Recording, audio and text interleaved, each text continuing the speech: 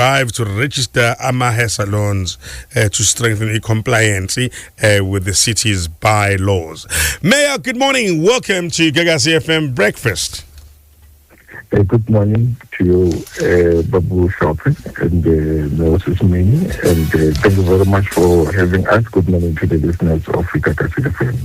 Sibonge kakhulu Mayor. Sikwamukele ngempela nje nathi ohlelweni ngezandla efudumele. Inkampani yakhe imoto la ezinze enyakatho nethi ku Toyota usutshala imali elingisela ku 10.4 billion rand ukukhiqiza ke iToyota Hilux entsha. Ingabe lokho kuchaza ukuthini Mayor ngedolobha lethu nje umuntu nje ongazange afunde ezomnotho ichaza ukuthini lento nethu to the lay person? Well, bethu angibonga kakhulu ngicela nje ngihalisele iSpain ngokuthi badle umhlanganiso kwiFIFA World Cup 2026 sababonga kakhulu abafana badlale kahle sibangele neArgentina ukuthi ihambe yaze yafika kuma finals ke odabeni lwe-investment khuluma ngalo angizweze nje manje kodwa kwanongabazane kulento kuhalalisa kwakho ngathi inosize phakathi Mayor kanti lonakele necoupon lakho nonkosi bengifakile mfowethu Pepisa Mayor ngikuzisa ke investment eyenzeke lapha edolobheni mfowethu Toyota ibona le nkampani mfowethu yakhumbula ukuthi yakhahlanyezwa ezikhukhula zango-2022 ezalimaza umkhiqizo wayo ngiyakhumbuleka and kodwa into enhle ukuthi ayizange badilize abasebenzi nokuba bama nje kwesikhashanya kodwa basebethi cha sizinzile lapha edolobheni besinomongameli ke lapho bekade kumele isekela lakhe lapho ke ebekhombisa u10 billion rand abawutshala ekwakheni uhlobo olusha lwemoto kwelapha kwaToyota and ukujabulisa kakhulu ke ukuthi osomabhizinisi neziboni bakhombisa ngokulethemba idolobha lethu emfethu ziningi imali eselizimenezelile iy'tshalo abatshali bezimali lapha eThekwini kuyasithokozisa ke thina njengabantu baseThekwini. Absolutely. On to more great news, Mayor. Siyazi ukuthi kunohlelo likamasipala lokubhalisa ngokusemthethweni hair salons and siyazi ukuthiwa liyaqhubeka. Maybe talk to us more about it, please. Mfethu sizama ukuqinisa i-compliance ukuthi abantu bahwebe ngokusemthethweni. Manje ke sohlelweni hair salons and asikhabezeke laba-ke abalilelo bhizinisi bazobhalisa ngoba sicabanga ukuthi kuzobalekelela lokho kugqugquzela ukuthi nebhizinisi lambe ngendlela indawo lapho ebhalisa khona umuya lapha eNorth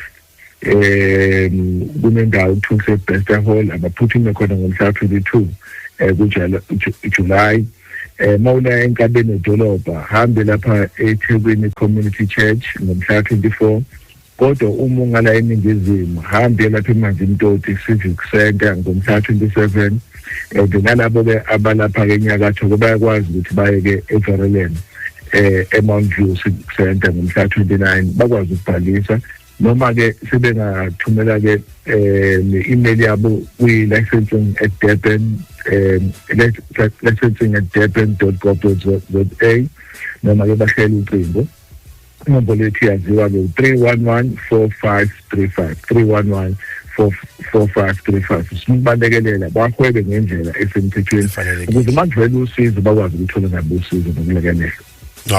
Nokuyezwakala impela Mayor nathi sizohlawa solawule ngapha ukuthi abantu bahambe bo register ke ama salons abo. Sesivala ke neMayor imboni le eyozokuvakasha ijabule kakhulu ukuthi umasipala weTheku usebenze ngokukhulu ukuzikhandla uqinisekisa ke ukuthi amaholiday lawa asebusika siphuma kona aba impumelelo kuswela ngosuku leComrades Marathon nje. Awusikhumbuze Mayor ukuthi konje yini enye ebiyenzeke eThekwini ngalesikhathi nokuthi imiphi eminye nje imicimbi enisazoyisingatha. Mfethu iTheku liyaqhubeka nokuhosta ivakashi eningi ezize kule mcimbi nje wonke ama-weekend bese imicimbi lapha edolobheni lakithi eThekwini. Kuyasijabulisa ke lokho kakhulu kusola nje ngama Easter bayosiphuma kona kube nochungechunge lemicimbi emkhulu.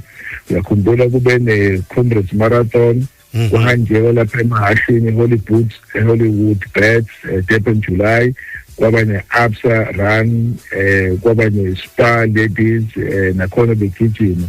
Kule mpelasonto nje bekade kunemabhokobhoko engubuzana ne-Wales, and manje ke sayivala le weekend ngokuthi sibe nalabo abagijimayo ngamabhasikili kuthiwa ama-shoba and kanti besinema conference amaningi nje esibe nawo lapha endaweni yethu enhle i-ICC, and bese special economic zone conference evulwa umongameli, kanti namajaji aseningizimu Afrika nama-magistrates bekade hlangene lapha eThekwini bene conference yabo. Uzozwa ke ngo-August umongameli uzobela ehambisana nama-heads of state beze ku-summit yalapha ezobe ihlanganise omongameli abawu-16 abaqhamuka lapha kwi-SADC region, and bezohlangana lapha eThekwini. Lokho kuphakamisa lidolobha kusibeka ebalazweni, and abezi-ke bodwa mfethu uma beza lapha eThekwini, beza nongqongqoshe, beza nama-ministers nama-officials, and kuzobe kugcwele nje kuphithizele lapha edolobheni laseThekwini ngomhla 16 kuzobe umhla 17 ku-August.